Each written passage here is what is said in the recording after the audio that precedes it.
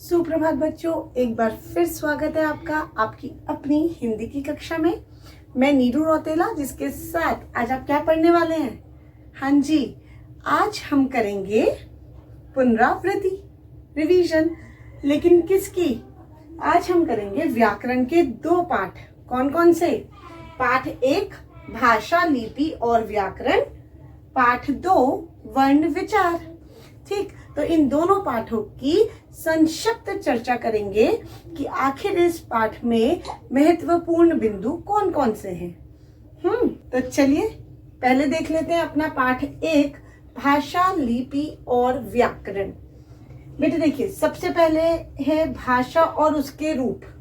भाषा से आप क्या समझते हैं? तो भाषा विचार विनिमय का एक सबसे सशक्त माध्यम है। अगर भाषा नहीं होगी तो मनुष्य अपने मन के भावों को दूसरों तक नहीं पहुंचा सकता, और मनुष्य एक सामाजिक प्राणी है, इसीलिए भाषा का होना अनिवार्य है। ठीक है, फिर है उसके रूप। तो उसके दो रूप हैं, एक मौखिक और लिखित। इस समय मैं दोनों रूपों का प्रयोग कर रही हूँ, बोल रही हूँ। ये भाषा का मौखिक रूप है, अपने मन के विचार आप तक बोलकर प्रकट कर रही हूँ। और ये जो है, जो मैंने लिखा है, जिसे आप देख रहे हैं, पढ़ रहे हैं, वो भाषा का लिखित रूप है। यानी कि मनुष्य अपने मन के भावों को सामने वाले तक दो तरीके से पहुंचा सकता है, या तो बोलकर या फिर लिखकर।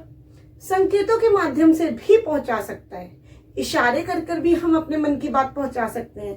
लेकिन कई बार ऐसा होता है बेटे कि हम हर बात इशारे में नहीं समझा सकते, और हर व्यक्ति हमारे इशारे को सही ढंग से नहीं समझ सकता। अर्थ का अनर्थ भी हो जाता है, इसीलिए सांकेतिक भाषा को भाषा का दर्जा नहीं दिया गया। तो भाषा के कितने रूप हुए? भाषा के रूप हुए 2, मौखिक भाषा, लिखित भाषा। ठीक, चलिए अब है भाषा और बोली। भाषा और बोली में अंतर आ सकता है। तो भाषा जो होती है उसका क्षेत्र विस्तृत होता है, बहुत बड़े क्षेत्र में बहुत बड़े भूभाग पर बोली जाती है। लेकिन बोली जो होता है उसका क्षेत्र सीमित होता है, वो बहुत ही कम क्षेत्र में बोली जाती है। ठीक, सीमित क्षेत्र होता है उसका। भाषा का लिखित साहित्य होता है। ठीक है, भाषा का लिखित साहित्य होता है, लेकिन बोली का लिखित साहित्य नहीं होता। बोली केवल बोली जाती है, वो लिखी नहीं जाती, जबकि भाषा बोली भी जाती है और लिखी भी जाती है। भाषा का व्याकरण होता है, लेकिन बोली का कोई व्याकरण नहीं होता। ठीक, तो ये तो हो गया भाषा और बोली में अंतर। आप 1-2 उदाहरण भी दे सकते हैं दोनों के, तो ये आपके 4-4 पॉइंट्स बन जाएंगे। फिर दूसरा है उपभाषा और भाषा। अब उपभाषा और भाषा में क्या अंतर है? देखिए, उपभाषा जो है, बोली ही जब अपना क्षेत्र बढ़ा लेती है तो बोली ही उपभाषा बन जाती है। समझ रहे हैं? बोली का जब क्षेत्र थोड़ा विस्तृत हो जाता है तो वो बन जाती है उपभाषा, और उपभाषा का जब क्षेत्र और थोड़ा विस्तृत हो जाते हैं वो बन जाती है भाषा। तो सबसे पहले होता है बोली, बोली के बाद उपभाषा, और उपभाषा के बाद भाषा। ठीक है, तो ये तो हो गया हमारा बोली, उपभाषा और भाषा। यानी कि कोई भी बोली भाषा बन सकती है अगर उसका लिखित साहित्य हो, अगर वो ज्यादा बड़े क्षेत्र में बोली जाए तो कोई भी बोली भाषा का दर्जा प्राप्त कर सकती है। उसके बाद है लिपि। तो लिपि क्या है? मौखिक भाषा को लिखित रूप प्रदान करने के लिए कुछ चिन्ह निर्धारित किए गए, और केवल हिंदी में नहीं, हर भाषा में कुछ चिन्ह निर्धारित किए गए, तो उसे ही लिपि कहते हैं। स्क्रिप्ट, अगर लिपि नहीं होगी तो हम भाषा को लिख ही नहीं पाएंगे। तो हर भाषा की अपनी अलग अलग लिपि होती है। हिंदी की, संस्कृत की कौन सी लिपि है? देवनागरी। पंजाबी की गुरुमुखी, है ना? उर्दू की फारसी, अंग्रेजी की रोमन। आप सब जानते हैं, है ना? तो आपकी बुक में भी एक टेबल बना है, आप वो याद कर सकते हैं। उसके बाद है हमारा अगला व्याकरण का महत्व। तो व्याकरण का क्या महत्व है? हाँ जी, व्याकरण क्यों जरूरी है? भाषा को शुद्ध रूप प्रदान करने का जो साधन है, जिसके द्वारा हम भाषा का शुद्ध ज्ञान प्राप्त कर सकते हैं। शुद्ध बोलना, शुद्ध लिखना अगर हमें कोई सिखाता है तो वो है व्याकरण। अगर हमें व्याकरण का ज्ञान नहीं होगा तो हम भाषा का शुद्ध रूप कभी भी नहीं जान पाएंगे, अशुद्ध बोलेंगे, अशुद्ध लिखेंगे।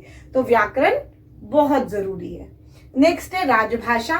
राज मतलब ऑफिशियल लैंग्वेज, ठीक है, सरकारी कामकाज की भाषा। वह भाषा जो सरकारी कामकाज में, सरकारी दफ्तरों में प्रयोग की जाती है, उसे कहते हैं राजभाषा। हिंदी हमारी राजभाषा है, ऑफिशियल लैंग्वेज है। और इसको ये दर्जा कब मिला?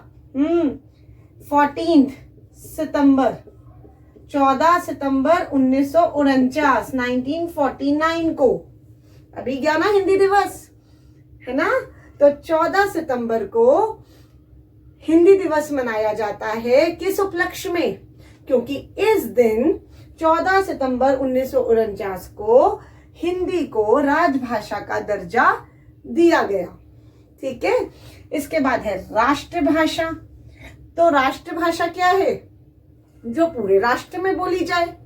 हिंदी अभी राष्ट्रभाषा नहीं है, ठीक है। हिंदी को राष्ट्रभाषा बनाने के लिए हम प्रयत्नशील हैं, सभी कोशिश कर रहे हैं, सभी हिंदी प्रेमी कोशिश कर रहे हैं कि हिंदी को राष्ट्रभाषा बनाया जाए, क्योंकि हिंदी एक संपर्क भाषा है, ज्यादा लोगों द्वारा बोली जाती है, समझी जाती है ना। तो राष्ट्रभाषा कौन सी भाषा होती है? जो पूरे राष्ट्र में बोली जाए, ठीक है। तो चलिए, ये तो था हमारा पार्ट 1, ठीक है। ये सारे पॉइंट्स हमारे कवर हो गए। तो चलिए बच्चों, शुरू करते हैं अपना पार्ट 2, वर्ण विचार। वर्ण विचार पहला है इसमें वर्ण और उसके प्रकार। तो वर्ण किसे कहते हैं? भाषा की सबसे छोटी इकाई, जिसके और खंड नहीं किए जा सकते, जिसके और टुकड़े नहीं हो सकते, उसे वर्ण कहते हैं, ठीक है। जिसे आप अक्षर भी कह सकते हैं, अक्षरों के टुकड़े नहीं हो सकते ना, क म अ ई उ, इनके टुकड़े नहीं हो सकते। तो भाषा की सबसे छोटी इकाई को क्या कहते हैं? वर्ण। उसके प्रकार कितने हैं? वर्ण के कितने प्रकार होते हैं? तो बेटे वर्ण के 2 प्रकार होते हैं। कौन कौन से? वर्ण के प्रकार होते हैं स्वर और व्यंजन। फिर आगे है वर्णमाला। वर्णमाला, जब वर्णों को एक व्यवस्थित क्रम से लिखा जाता है तो वो वर्णमाला कहलाती है। जब क्रम पूर्वक आप लिखते हैं तो वो हो जाती है वर्णमाला, ठीक है। उसके बाद है स्वर व उसके भेद। तो स्वर किसे कहते हैं और उसके कितने भेद होते हैं? तो बेटा स्वर किसी पर भी निर्भर नहीं होते, स्वर स्वतंत्र होते हैं, ठीक है। मानव मुख से उच्चरित वह ध्वनि जो बिल्कुल बिना रुकावट के बाहर आती है उसे कहते हैं स्वर। स्वर के 2 भेद हैं, मैंने यहाँ लिखे हैं, ह्रस्व स्वर और दीर्घ स्वर। ह्रस्व स्वर जो होते हैं हमारे, वो होते हैं 4, जिनको बोलने में बहुत कम समय लगता है, अ ई उ और री। जिन स्वरों का उच्चारण करने में बहुत कम समय लगता है वो होते हैं ह्रस्व स्वर, और जिन स्वरों का उच्चारण करने में ज्यादा समय लगता है वो होते हैं दीर्घ स्वर। जैसे अ आ, तो अ जो है वो है ह्रस्व स्वर, आ वो है दीर्घ स्वर, ठीक है। तो इसकी संख्या कितनी है? स्वरों के भेद तो 2 होते हैं, लेकिन स्वर कितने होते हैं? तो स्वर होते हैं 11। फिर है व्यंजन और उसके भेद। तो व्यंजन जो होते हैं वो स्वरों पर आधारित होते हैं, स्वरों पर निर्भर होते हैं, है ना। बिना स्वरों की सहायता के व्यंजनों का उच्चारण हम नहीं कर सकते, ठीक है। तो ये हो गया हमारा व्यंजन। व्यंजनों का उच्चारण करते समय वायु रुकावट के साथ बाहर आती है। इसकी संख्या कितनी होती है? 33। ये होते हैं स्वर होते हैं 11, व्यंजन होते हैं 33, ठीक। और व्यंजन के भेद कितने होते हैं? तो देखिए मैंने लिखा है, व्यंजन के 3 भेद होते हैं, स्पर्श व्यंजन, अंतःस्थ व्यंजन, ऊष्म व्यंजन। ये 3 इसके भेद हैं। कितने भेद हैं? 3। पहले क से म तक, पहले जो 5 वर्ग हैं, क च ट त प, है ना, ये जो पहले 5 वर्ग हैं, हर वर्ग में 5 व्यंजन होते हैं। तो 5 5 25। जो पहले 25 व्यंजन है वो है स्पर्श व्यंजन, य र ल व, ये है अंतःस्थ व्यंजन, यानी कि ये 4 हैं। ऊष्म व्यंजन श क्ष स ह, ये भी 4 हैं। तो स्पर्श व्यंजन की संख्या कितनी है? 25, अंतःस्थ व्यंजन 4, ऊष्म व्यंजन 4, कुल मिला के कितने हो गए? 25 और 8 33। तो व्यंजन कितने हो गए? 33। ठीक है। इसके बाद आपका है संयुक्त व्यंजन। संयुक्त व्यंजनों की संख्या 4 होती है। कौन कौन से होते हैं? होता क्या है संयुक्त व्यंजन? जब दो व्यंजन आपस में मिलते हैं, दो व्यंजनों के मेल से जो व्यंजन बनता है उसे कहते हैं संयुक्त व्यंजन। यहां देखिए मैंने लिखा है कौन से 4 है? श, क और श के मेल से बना है, त्र, त और र के मेल से बना है, ज्ञ, ज और इ के मेल से बना है, श्र, श और र के मेल से बना है। आप देखेंगे मैंने इन सब के नीचे हलचिन्ह लगाया है, क्योंकि व्यंजनों के नीचे हलचिन्ह लगाते हैं ना, व्यंजन स्वरों से मिलकर ही पूरे होते हैं, इसलिए सभी व्यंजनों के नीचे हलचिन्ह अवश्य लगता है। ठीक।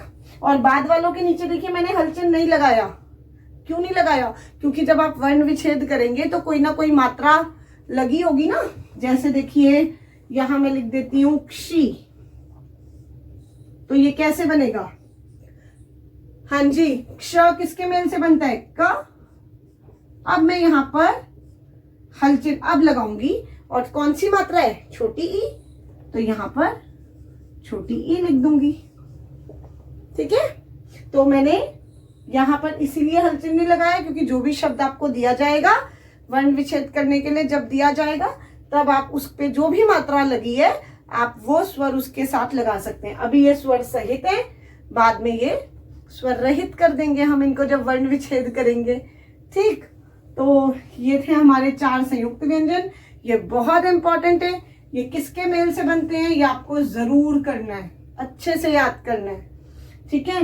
इसके बाद है उत्क्षिप्त व्यंजन। उत्क्षिप्त व्यंजन होते हैं बेटे जिसमें हमारी वे वर्ण जिनका उच्चारण करते समय हमारी जो जिह्वा है, हमारी जो जीभ है, वो पलटकर वापस आ जाती है, उल्टा होकर वापस आती है, उन्हें कहते हैं उत्क्षिप्त व्यंजन। ये 2 हैं। कौन कौन से? अड़ और अढ़। डमरू वाले ड में और अड़ में फर्क है। ठीक है। जैसे अकड़, मकड़ी, अड़ी, अड़। ठीक है। तो ये अड़ अढ़ जो है इनसे शब्द शुरू नहीं होते, ये या तो शब्द के बीच में लगते हैं या फिर आखिर में। ठीक है। उसके बाद है आपका अनुस्वार व अनुनासिक। तो अनुस्वार और अनुनासिक क्या है? अनुस्वार का चिन्ह देखिए बिंदी है, और अनुनासिक का चिन्ह कौन सा होता है? चंद्र बिंदी। आपको पेपर में आ जाता है क्या कि कुछ शब्द दे देते हैं, गलत जगह पर हम लगा देंगे बिंदी, आपको कहेंगे सही स्थान पर लगाओ। ठीक है। या आप खुद से लगाओ, आप खुद सोचो कहाँ पे अनुस्वार आएगा, कहाँ अनुनासिक आएगा। तो अनुस्वार जैसे मैंने कहा हंस, तो बिंदी लगेगी। हस, चंद्र बिंदी। इनका उच्चारण करने में कम समय लगता है और अनुस्वार का उच्चारण करने में ज्यादा समय लगता है ना। इसका अनुनासिक में नाक और मुंह दोनों का प्रयोग, नाक और मुंह दोनों से ध्वनि बाहर आती है। ठीक है। ये सब आपने पढ़ा हुआ है। इसके बाद है विसर्ग और हलचिन्ह। विसर्ग क्या है? विसर्ग का चिन्ह कौन सा है? ये 2 बिंदियां जो शब्द के बाद लगती हैं, प्रायः, अतः, है ना। और इसकी जो विसर्ग है इसकी ध्वनि किसके जैसी होती है? ह जैसी।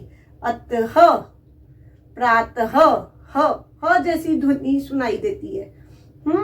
और हलचिन्ह, हलचिन्ह का कहाँ प्रयोग करते हैं? जब भी किसी व्यंजन को आधा लिखना हो तब हम उसको पूरा लिख के उसके नीचे एक तिरछी रेखा लगा देते हैं। उस तिरछी रेखा का मतलब होता है कि वो जो व्यंजन है वो आधा है। ठीक है। यानी कि अगर मुझे आधा म लिखना है तो मैं क्या कैसे करूंगी? इसको पूरा म लिख के हलचिन्ह। ठीक है। तो ये जो तिरछी रेखा मैंने लगाई है ये हलचिन्ह है। ठीक। इसके बाद देखिए हमारी है आगत ध्वनि। दूसरे देश के जब हम शब्दों का कुछ का उच्चारण करते हैं, जैसे अंग्रेजी में बॉल, मॉल, तो हम अर्धचंद्राकार, अर्धचंद्राकार है ना, इसमें बिंदी नहीं है, ये सिर्फ आधे चांद जैसा है, इसका प्रयोग करते हैं। तो ये क्या है? हमारी आगत ध्वनि, अर्धचंद्राकार। और आप देखेंगे ज और फ, ये जो 2 वर्ण है इनके नीचे मैंने बिंदी लगाई है। तो इन व्यंजनों के नीचे जब बिंदी लग जाती है तो उसे बोलते हैं नुक्ता, यानी कि अर्धचंद्राकार और नुक्ता, ये दोनों हमारी आगत ध्वनियां हैं। ठीक है, तो ये हमारी दोनों आगत ध्वनियां हैं। इसके बाद आखिरी और सबसे इंपॉर्टेंट जो टॉपिक है आपका वो है वर्ण विच्छेद। वर्ण विच्छेद करना आपको आना चाहिए। वर्ण विच्छेद होता है वर्णों को अलग अलग करके लिखना। बहुत से बच्चे गलती करते हैं, जैसे एक दे दिया मैंने हिमालय, ठीक है, तो बच्चे कैसे लिख देते हैं? बच्चे लिखते हैं हिम जमा आल्य। ये वर्ण विच्छेद नहीं है बेटा। हमें दो शब्द अलग अलग नहीं करने, संधि विच्छेद नहीं करनी। हमें कैसे करना है? हमें लिखना है ह जमा ई, यही करते हैं ना हम। ह पे कौन सी मात्रा है? छोटी ई, तो ह जमा ई। आपको वर्ण विच्छेद करते हुए याद रखना है व्यंजनों के नीचे हल चिन्ह लगेगा और स्वरों के नीचे हल चिन्ह नहीं लगेगा। म जमा आ, ल य, तो आप क्या करेंगे? आप लिखेंगे ल जमा अ, य जमा अ। ये होता है वर्ण विच्छेद। आपको बहुत अच्छे से आता है। वर्ण विच्छेद वाली मेरी अगर आप वीडियो पीछे देखेंगे तो उसमें हर तरीके के वर्ण विच्छेद मैंने करके दिखाए हुए हैं। ठीक, तो आपकी किताब में भी दिए हुए हैं, आपको बहुत अच्छे से पढ़ना है। अगर आपको कोई भी दिक्कत परेशानी होती है, जो कि अब नहीं होगी, है ना, दोनों पाठ हमारे पूरे हो गए। कौन कौन से? पाठ 1 भाषा, लिपि और व्याकरण, पाठ 2 वर्ण विचार। दोनों में जो जो समझने वाली चीजें थी मैंने आपको समझा दी। अगर फिर भी आपको कोई दिक्कत परेशानी होती है तो आप क्या करेंगे? मुझसे कमेंट बॉक्स में पूछेंगे। और कई बच्चे मुझे कहेंगे मैम ये हमें कॉपी में करना है या नहीं? तो बेटा ये हमने जब चैप्टर किया था तो ये सब हमने कॉपी में किया हुआ है ना। तो अब आपको सिर्फ अपनी किताब में से अच्छे से एक एक लाइन को अच्छे से पढ़ना है और अपनी परेशानियों को मुझसे पूछना है। कॉपी में अभी रिवीजन वर्क वाला ये वाला कोई भी काम नहीं करना। ठीक है, तो अब हम अपने अगली वीडियो में मिलेंगे अपने नए विषय के साथ। तब तक अपना ध्यान रखें, अपना ख्याल रखें।